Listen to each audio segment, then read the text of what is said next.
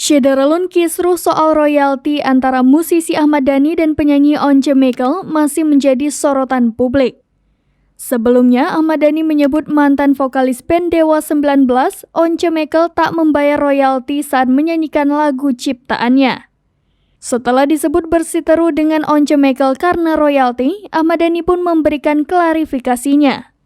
Ahmad Dhani mengungkapkan kewajiban event organizer atau penyelenggara acara untuk membayar royalti lagu.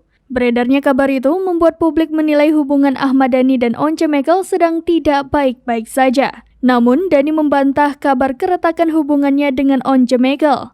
Terkait royalti yang sempat menjadi permasalahan, Dhani menyebut itu merupakan urusan penyelenggara bukan pengisi acara.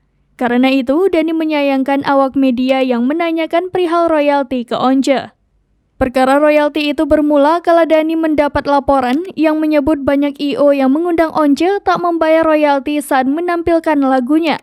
Pada dasarnya, Once tak perlu meminta izin saat membawakan lagu ciptaan Dhani dalam penampilan solonya. Namun, Dhani menyebut I.O. lah yang harus meminta izin. Ia berencana akan terus mengawal perkara royalti yang belum dibayarkan pihak I.O. Tak hanya soal royalti, Dhani juga melarang Once Mekel menyanyikan lagu Dewa 19. Alasan larangan itu berkaitan dengan Dewa 19 yang akan menggelar konser dalam waktu dekat.